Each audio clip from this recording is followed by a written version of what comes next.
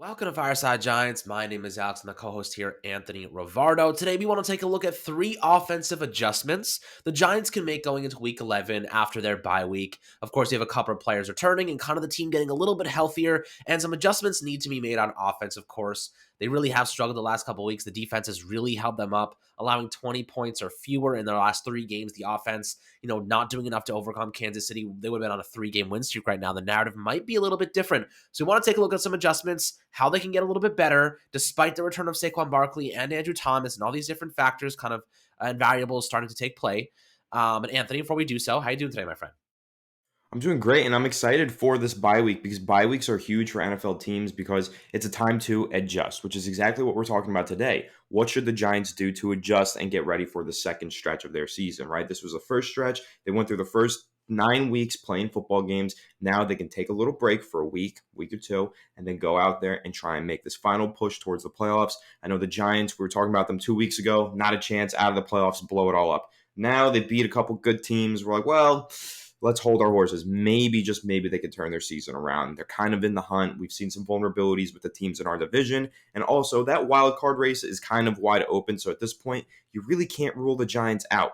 So now it's time for the Giants to adjust. Have all that in mind, the fact that they are somewhat in the hunt, to some extent at least. Go out there, adjust, and get ready to win some games down the stretch and hopefully push for the playoffs. So I'm excited to get into three of these offensive adjustments that the Giants can make because I think that they could be crucial in putting us in position to make the playoffs. Man, playoffs and Giants in the same sentence, that's kind of a scary thought. And I just wrote an article today, actually, about, the Giants' chances of making the postseason. And there's one clear-cut path. Win out in the division. They got to beat all of the rest of their divisional opponents. They play the Eagles twice, Washington and Dallas again. They got to win all of those games. If they lose one of those games, it's over. They have no shot at making the postseason. They got to win those divisional matchups. The Cowboys losing to the Broncos was definitely a big indication that they are vulnerable in some portions of their game. But the first adjustment we have to make, right? The expectation is that Saquon Barkley will be healthy, making a return from the low ankle sprain against the Buccaneers. Of course, this week he had COVID scare and all this different stuff kind of going on. Still trying to get the swelling down from that ankle. But the first adjustment is that we want Devante Booker to have more of a role in the running game. He's looked really good the last couple of games, 21 carries, 99 yards on the ground. I think 3 receptions for about 26 yards through the air against the Las Vegas Raiders on Sunday afternoon. Booker just kind of fits our power gap scheme a little bit better. He has a lot of that second effort that you like to see. He kind of fits Jason Garrett's strategy more efficiently than Saquon Barkley, who hesitates before picking his holes. He just doesn't really have the same confidence. And I think that might be a result of missing a lot of time last year. But at the same time, he was getting a little bit more confidence as the season went along. This injury coming back, the ankle, it's time to get Booker more involved because I just don't trust Saquon Barkley to stay healthy. We have to mitigate those type of injuries for the time being. So I think that when it comes to getting Booker more involved, they should be splitting snaps in terms of running. But Barkley, I think, should still be utilized heavily as a receiver. So, Anthony, I'm curious to see what you think about how they should kind of utilize these two guys in tandem. Yeah, I think the reason that I want Devante Booker to be more involved in the running game going forward is because of Saquon Barkley's injury history. It's extensive now. Saquon is getting hurt so frequently, and it's derailed his career to some extent. So for me, Devante Booker needs to be out there more because we need to protect Saquon. Saquon is a great player. Saquon is a tremendous home run hitter. And I want him to go out there in the rushing game, find success, find some holes, break some tackles, and hit some home runs, right? But Devante Booker is really that. You need a couple yards. You need 5 yards on a play. Devante Booker, hand it off. He'll fall forward for 3 yards after he already rushes for 2. And that's kind of how he gets his 5 yards rather than dancing in the backfield and making someone miss and fighting so hard to get the 5 yards like Saquon Barkley has to do. Saquon, yes, needs to be heavily involved in the receiving game. Absolutely. He's a threat out of the backfield as a receiver. But Devante Booker is a very good just downhill runner. And yes, he is good in that power gap scheme. But Saquon Barkley is also not that he's necessarily bad in the power gap scheme. It is that Devante Booker's style just fits that scheme a little bit better. And then additionally, all the injuries to Saquon Barkley, I don't want to rush him back. Maybe they just had him doing too much, working too much. I know his injury was kind of a freak injury, stepped on someone's foot, twisted his ankle. That sucks. There's really no way to avoid that. But really, just so many injuries for this player. I'm ready to just kind of like ease him out of the game plan a little bit until he's fully healthy, and just let Devante Booker take over the reins as the running back in the backfield. Just rush the ball, be that dirty downhill runner, and let Saquon Barkley kind of be mixed into that as he eases back into the NFL game plan. Yeah, I mean, realistically, Barkley is kind of just starting to get back into his cutting and sprinting. Today, a couple of reporters posted videos, and so he's just starting to really run again. And Booker showed me that you can rely on him in the short yardage situations. He doesn't have the breakaway speed that There's one play specifically that Barkley may have been able to take it off to the house because of that speed he has. But end of the day, would you rather have a running back who has maybe a couple of home run hits? Maybe one home run hit a game, which results in a touchdown, or a running back who can churn out those first downs, move the chains, 5 to 10 yard runs at a clip, and really provide some physicality to the offense and momentum. That's kind of the argument with Saquon Barkley. He gets stopped in the backfield a lot. He hesitates. He goes lateral. I think that our scheme does not fit his style of running. I've always been advocating for using him as more of a receiver and also using him on outside zone and sweeps. But you need good pull blockers. You need good blockers out in front to make that even work. And the Giants don't have the personnel for that. They just don't have the athletic enough guards and the injuries, obviously. So, Saquon just is not going to be a good runner, in my opinion, behind the line like this. The reason that the Raiders kind of got beat up against our running game is because they have a poor run defense. That is one of their biggest knocks. So I'm not surprised, but the Buccaneers are not going to let that happen. We are going to get stuffed against JPP, against Ndamukong Suh, Vita Vea. You have Devin White. You have what's his name? Who's the other freaking awesome linebacker? Devante David. They have unbelievable defenders on that Buccaneers team. So we're not gonna have the same running success. We're gonna need more offensive production from our receivers who barely got involved last game. Obviously, the strategy was to run the football. But I will say, when it comes to protecting Daniel Jones, that's our next adjustment, right? Protecting Daniel Jones. And I think that Matt Pert gives us a better chance at that than Nate Solder. Nate Solder has proven to be a liability all season long. I do not trust him. He gets moved by one hand. He's just washed at this point. And I think Matt Pert can equal his production as a pass blocker and as a run blocker. I think Matt Pert is a better run blocker than him, head and shoulders. And I also think that Matt Pert is a better pass protector. And giving him the reps is important, in my opinion. The veteran knowledge that Nate Solder has does not mean much to me at this point in time. I think Matt Pert needs the reps, and I think Anthony agrees with me here because he actually has potential as a future player on this team. Nate Solder is guaranteed $4 million next season. He's probably going to be with us, but he needs to be riding the bench. He is no longer a starter on this team. He shouldn't be right now. And when Andrew Thomas comes back, Matt Pert, the biggest adjustment on that offensive line, needs to be him at right tackle. And I promise you, our run blocking will be that much better because of it. Yeah, I think this is the number one adjustment that the Giants should make. I think this is an adjustment they should have made a long time ago. Nate Solder is clearly washed. He clearly is not talented enough to be a starter at right tackle in the NFL at this point in his career. Unfortunately, right? Because we are paying him a lot of money and we have been for a very long time. But right now, Matt Peart being the young guy, being the guy that's improving week to week, developing as a second-year player, I want to see him starting. I want to see him playing. He's been good as a run blocker. Sure, he has struggled at times in pass protection. Even still, I think he's been way better in pass pro than Nate Solder's been. And yes, I understand he's been playing left tackle, but don't tell me that Matt Peart can't play right tackle because he did it pretty well in his sample size of last season in his rookie year. And he also did it quite a bit in college. So Matt Peart can absolutely play right tackle, and I think that he absolutely should be starting at right tackle. Think about this. At the end of the day, when the Giants get to the end of the regular season or into the offseason, at the end of the postseason, if they somehow make their way into it, right? And they fire Dave Gettleman and a new general manager comes in. Well, what's he going to want to do? He's going to want to fix the offensive line. If he doesn't have enough film on Matt Peart to make a good evaluation of him, he's going to replace him. And we'll never know if Matt Peart is good or not. And then maybe Matt Peart comes in one day and plays really well once somebody else gets injured. And we're like, oh, this guy should have been the starter all along. Why did we waste a draft pick on somebody else who's been struggling? That's like one hypothetical scenario. So what you do to counteract that hypothetical, you get some film on Matt Peart so you can make a full and complete evaluation at the end of the season. So how do you do that? You let him play. You just have to let him play. Let him start for the rest of the year. Let him play. Good and bad. All the struggles, all of the great moments.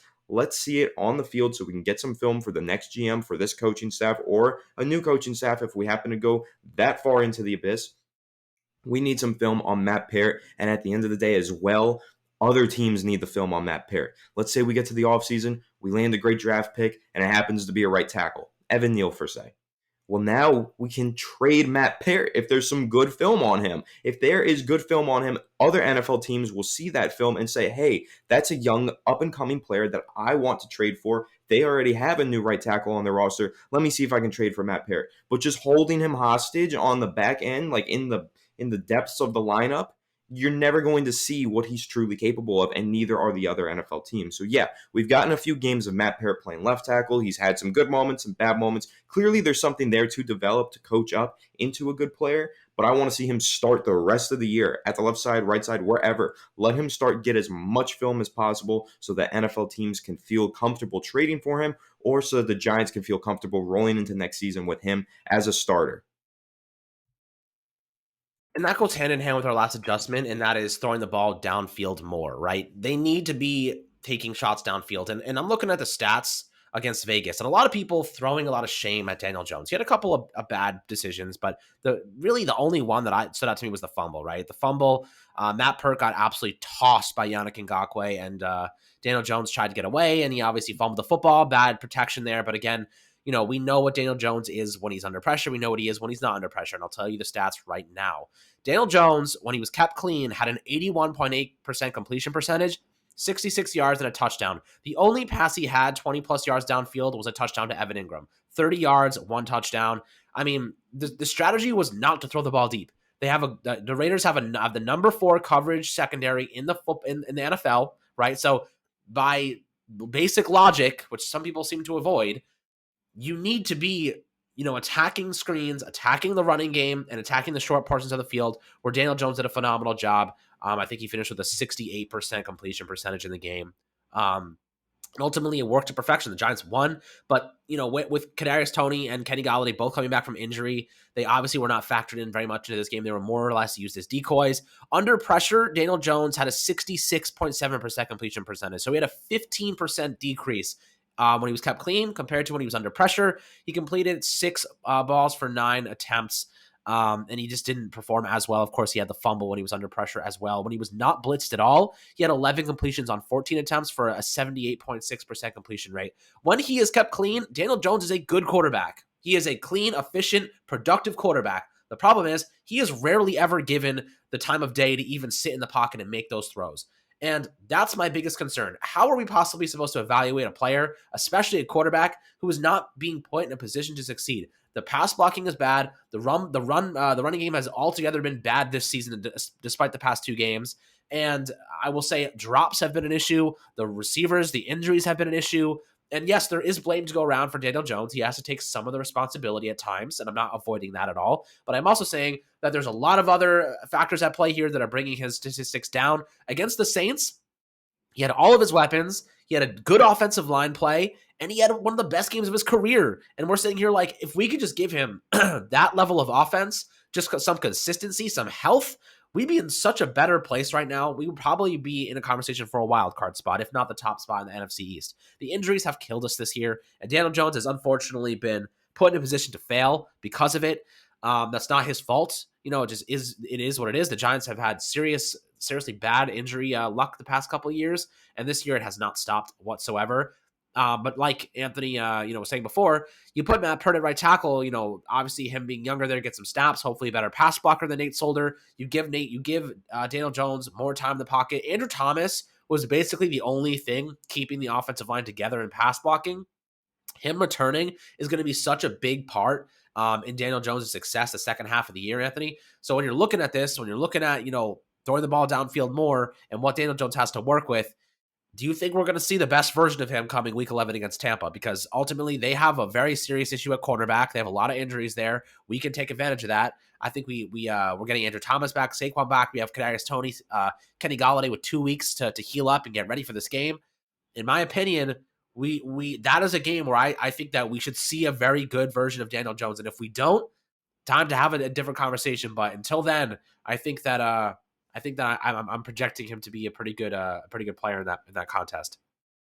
Yeah, so that's kind of difficult to project right now because you do have to keep in mind how great of a defensive coordinator they have over there in Tampa Bay. Okay, Todd Bowles is a beast. He is great at confusing quarterbacks, and a young quarterback like Daniel Jones. I know he's in his third year. He's getting better at reading defenses and everything. He's probably going to get confused once or twice in that game, maybe commit one or two turnovers. I hope not, but he probably will, just knowing the great defensive coordinator that they're going up against. Plus, the great edge rushers that they have over there, JPP, Shaquille Barrett. They do have some great defensive frontmen. So when you're talking about that, you're talking about Daniel Jones might be under pressure no matter who he has protecting him in front on the offensive line. So you go into that game, yes, there are a couple of reasons why he might have a really good game, right? Everyone's getting healthy. Kenny Galladay finally just played a game and he looked pretty good. He didn't get many targets, but he looked pretty good and he looked healthy. Then you got the bye week, so he's going to be even healthier. Kadarius Toney, he's been a little hobbled, right? He's playing, but he's still hurt. He's got the bye week. He'll be even healthier. Saquon Barkley might return by then.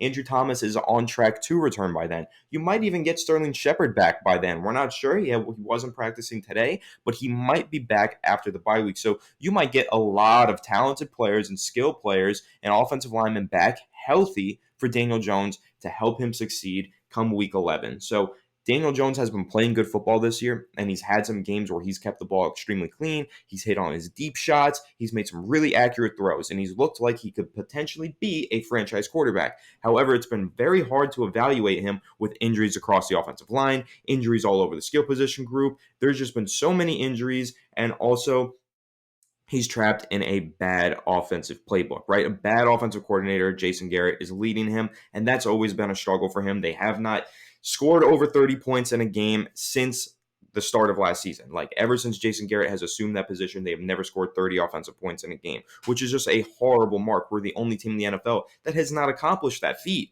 So that's super depressing in all honesty. It's been why offense has been so much of a dread to watch for Giants fans, but hopefully it can change soon enough. I think that's something that's probably going to have to get evaluated in the offseason. But for now, if the Giants really want to get going offensively, they got to get their players healthy again. And once they do, that has to be the reason that they open up the playbook. Start taking some deep shots, like the one that Daniel Jones connected with Evan Engram on for a touchdown against the Raiders. Beautifully designed play. Credit to Jason Garrett. Beautiful route, beautiful throw, beautiful catch, great play. Need more of that, more explosive plays Take just like risks. that. Yes, some risks, some downfield shots. Let's see some more of that now that everybody's going to be healthy. We can do that comfortably because we have the talent to do it. So let's go ahead, do it. Start gaining some offensive momentum, gaining some yards, and scoring some freaking points. And then we can talk about Daniel Jones hopefully returning next year and comfortably returning next year as a potential franchise quarterback. Yeah, and last year when the Giants played Tampa Bay, they had a lot of opportunities to score some big points and have some big plays, and Daniel Jones missed on a couple of them. If he can bounce back, you got some weapons back now. You have hopefully a more developed system in place that they can really execute. With the Saints game, we saw Jason Garrett unload a whole playbook that we did not even know about, right? The crossing routes, the deep shots. We haven't seen any of that, and mainly it's because they know the offensive line sucks, which also flabbergasts me because they didn't draft any freaking offensive linemen, yet Trey Smith is over here starting for Kansas City as a sixth-round pick. That's a discussion for two months ago. But I will say, they're playing because they know what their weaknesses are. They know the offensive line sucks. They know the receivers aren't healthy. They know Kadarius Toney isn't healthy. He's mostly a decoy the last couple of games. If he's healthy, he's getting more reps. I think that's pretty obvious. But ultimately, we haven't seen the best of Daniel Jones. We saw glimpses and flashes of brilliance this season against the Saints, a little bit against the Cowboys. But I think, and even some against Washington, I think that we need to see more continuity and consistency from everybody else around him until we can properly see Daniel Jones. And a lot of people will say franchise quarterbacks elevate the entire offense. Absolutely. But go if you're making that argument, go find me a franchise quarterback who's dealing with as many injuries as Daniel Jones is right now. Go find me one. Go find me Aaron Rodgers, who's dealing with, his left tackle, Bakhtiari is out. But the guy has Devante Adams healthy and having one of the best years of his career. I mean, every year is freaking a better year for him. But he has a healthy Devante Adams. And that's all Aaron Rodgers needs. A healthy number one receiver who's arguably the best in the NFL. Go look at Kyler Murray. He has a healthy DeAndre Hopkins. He's got Zach Ertz now. He has a solid offensive line. You could go look at any of these high-end quarterbacks. Look at Russell Wilson. He has a healthy DK Metcalf. He has a healthy Tyler Lockett. You know what I mean? Like, they all have healthy playmakers. Daniel Jones is working with freaking Colin Johnson out here and Dante Pettis, who they can't even stay healthy. Dante Pettis is now on IR. You know what I mean? Like, this is the situation. If you're making the argument that franchise quarterbacks can elevate a team, go find me a franchise quarterback with a situation as bad as Daniel Jones right now that has the last placed pass blocking unit in the NFL, the last placed pass blocking unit, and all of his receivers are injured. Okay? Go find me that quarterback because I guarantee you will fail to do so. But with that being said, I'm not saying Daniel Jones is the guy. I'm not saying he is the future. All I'm saying is I need to see more continuity from the players around him so that we can properly evaluate him and we can see if he is the future. That is what I want to see. That is all I'm asking for. Obviously, it's a lot easier said than done because the Giants simply can't do it. But hopefully Tampa Bay will offer us a good glimpse into maybe what Daniel Jones can do. We can cross our fingers, put a spoon under your freaking pillow, whatever things you'd use. I think people put spoon under their pillow when they want snow days. That's a thing, right? Well, you live in Florida. You have no idea what I'm talking about. You're like, I don't know, you put a spoon under a pillow for a freaking hurricane to end school, I guess, right? Yeah, totally. But yeah, so when I was a kid, I used to put spoon under my pillow for snow days. Never worked. But guys, make sure to subscribe below on Apple, Spotify, and YouTube as always. Got a lot of stuff coming out. Got a lot of good stuff to do during the bye week. We'll review some film, some Matt Pert, some run blocking. That are really good run blocking days. I definitely want to look over some of that, and obviously the defensive performance of Xavier McKinney and some of these guys. And we're going to do a little interview next week, Anthony. I haven't even told you yet. Do a little interview with Brian, Xavier McKinney's trainer, and what they worked on to really elevate his game this year and how he's really taken that big step forward. So I'm curious to see what Brian has to tell us there as well. But have a fantastic Tuesday and rest of your week, my friends. We'll catch you guys tomorrow.